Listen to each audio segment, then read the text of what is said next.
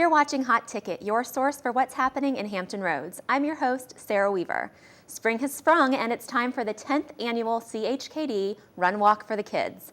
It gets better each year, and here today to tell us about this exciting event to help local kids at CHKD is Lisa Coleman, Executive Director of the King's Daughters. Hi Lisa, welcome. Hi, thank you.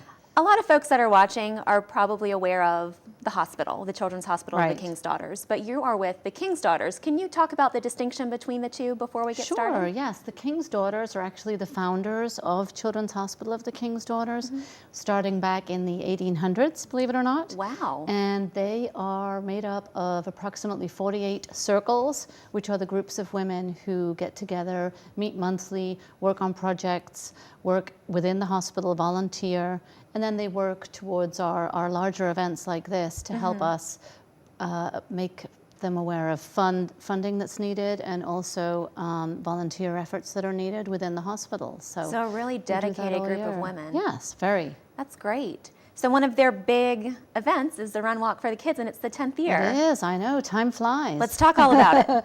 Well, we have 3 events with that race. We have an 8K run, a 2-mile walk, and a 1-mile fun run, which is really more for the kids. Right.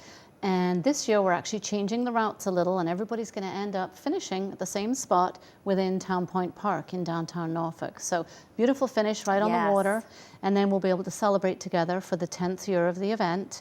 And obviously all of the proceeds, the sponsorships, the registration fees all go right back to CHKD. And this gets bigger every year, just more people It attending. does, yes, we big hope it groups does. coming through. Right, we have Yeah. a lot of teams this year. You can create a team with your family and friends. You can come out in your capes. You can have a business team, and or simply participate on your own, or just come out and cheer somebody else on too. So talk more about the capes, because that's a really Sure. cool feature that you're doing this year. It is, it's neat. What we started to do last year was recognize that really everybody is our hero, from the people that work at CHKD to the families that support their siblings who are treated at CHKD, and of course the patients at CHKD are all our superheroes. Yes. So to honor those, we decided that everybody could come out in their best superhero cape, and we'd have a little competition.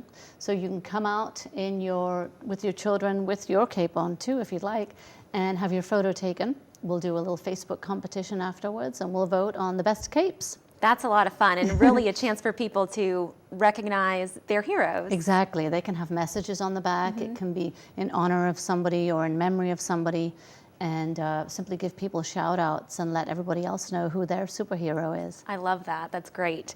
Also, you have the School of Rock coming this year. That's right. And that yes. sounds really cool. After the 8K kind of kicks off, you're going to Yeah. liven up the event. Tell me more about that. Well, there'll be a lot of people there that are obviously participating in the different races, but there are also a lot of people that come out to cheer each other on.